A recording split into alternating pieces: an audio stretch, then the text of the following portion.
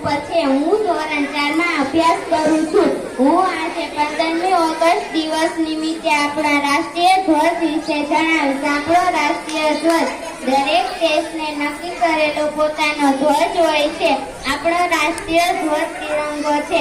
તેમાં કેસરી, સફેદ અને લીલો એમ 3 રંગના પટ્ટા છે. સૌથી ઉપર કેસરી રંગનો પટ્ટો છે જે વીરતાનું પ્રતીક છે. તે ત્યાગ અને બલિદાનની ભાવના પણ વ્યક્ત કરે છે. તે આપણને આપણા દેશની મહામૂલ્ય આઝાદીના રક્ષણ માટે બલિદાન આપવા તૈયાર રહેવાનું સૂચવે છે. વચ્ચે સફેદ રંગનો પટ્ટો છે. સફેદ રંગ શાંતિ અને પ્રેમનો સંદેશો આપે છે. સૌથી નીચે લીલા રંગનો પટ્ટો છે. લીલો રંગ હરિયાળી ક્રાંતિનું પ્રતીક છે. દેશ સતત પ્રગતિ કરતો રહે તેવી ભાવના તેમાં રહેલી છે. સફેદ રંગના પટ્ટામાં અશોક ચક્ર છે. અશોક ચક્ર બધા ધર્મો પ્રત્યે સંભાવ રાખવાનું સૂચવે છે.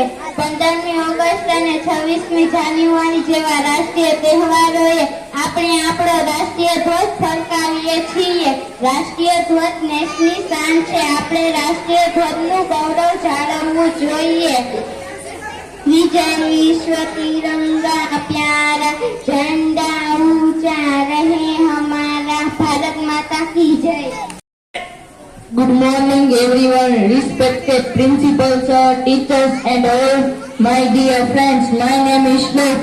I wish you all a very happy Independence Day. Independence Day is a national festival of India. It is celebrated on 15th August every year. This year we are celebrating 78th Independence Day for our country. It is a very important day for all of us. We got independence 15th August 1947 from the British rule. It is the greatest festival of democracy. Many freedom fighters sacrificed their lives for freedom for India.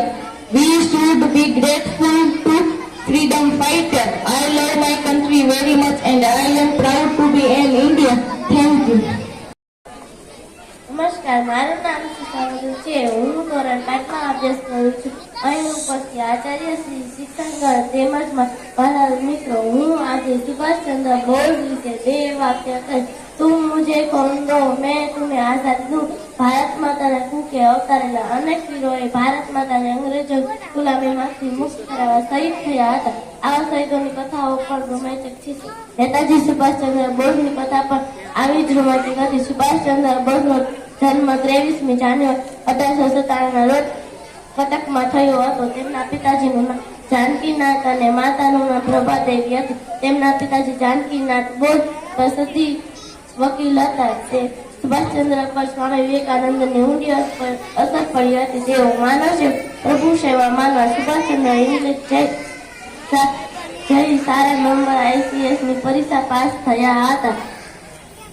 તેઓ ઊંચા અને સરકારી નોકરી મેળવી ઘણી કમાણી કરી શક્યા. તે માટે આમ છતાં તે દેશની લડતમાં જોડાયા હતા. તેઓ આદર્શ દેશભક્ત હતા. સુભાષચંદ્ર બોઝની ક્રાંતિકારી પ્રવૃત્તિઓથી અકળાયેલ અંગ્રેજ સરકારે તેમને જેલમાં પૂર્યા હતા. ભારતની આઝાદી આપવા માટે તેમણે 1942માં આઝાદી ફૌજની રચના કરી. આજે પણ દેશવાસીઓ આદર સાથે આ વીર પુરુષને યાદ કરે છે. તેમને સૂત્ર ચલો દિલ્હી સદાય યાદ રહેશે. વંદે માતરમ અસ્તુ. જોઈએ, માનવતા સમુદ્ર છે. જો સમુદ્રને થોડા ટીપા ગંદા હોય તો સમુદ્ર રાતાને બની જાય. આવી જ રીતે ધોરણ 6 ની વિદ્યાર્થીની મેર મહેક, શું તમે ગાંધીજીને સાચી રીતે સમજ્યા? સ્પીચ રજૂ કરશે. હું ધોરણ 6 માં અભ્યાસ કરું છું.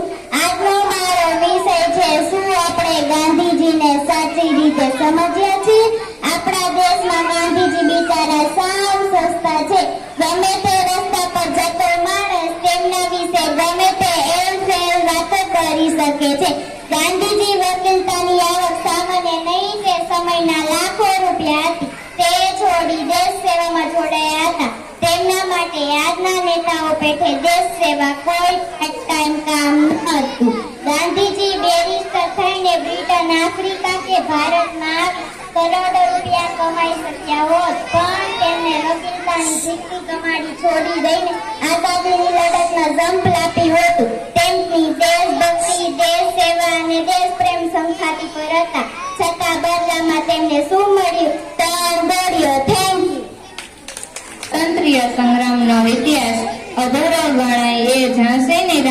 લક્ષ્મીબાઈ ફક્ત 23 વર્ષની ઉંમરે શહાદત વહોરનારા એક બ્રાહ્મણ પુત્રી હતી. આવનારી પેઢી કદાચ એ માનવા પણ તૈયાર નહીં થાય કે એક બ્રાહ્મણની દીકરી આટલી ટૂંકી વયમાં આવી પરાક્રમ કરી છે. તો આવી જ એક સ્પીચ લઈને આવે છે ધોરણ 8ની વિદ્યાર્થીની સોરાણી પાયલ. મારું નામ સોરાણી પાયલ છે. હું ધોરણ 8માં અભ્યાસ કરું છું. હું આજે રાણી લક્ષ્મીબાઈ વિશે થોડુંક કહીશ. મણિકર્ણિકા એ 1842માં ઝાંસીના મહારાજા ગંગાધરરાવ નેવાલકર સાથે લગ્ન કર્યા હતા અને હિન્દુ ધર્મ લક્ષ્મીની માનમાં લક્ષ્મીબાઈ તરીકે ઓળખાતા હતા. મહારાષ્ટ્રીય પરંપરા અનુસાર મહિલાઓને 1842માં લક્ષ્મીબાઈ તરીકે ઓળખવામાં આવ્યા હતા. લગ્ન પછી સપ્ટેમ્બર 1851માં તેમને એક છોકરાને જન્મ આપ્યો, જેમનું નામ પાછળથી દામોદર રાવ રાખવામાં આવ્યું હતું.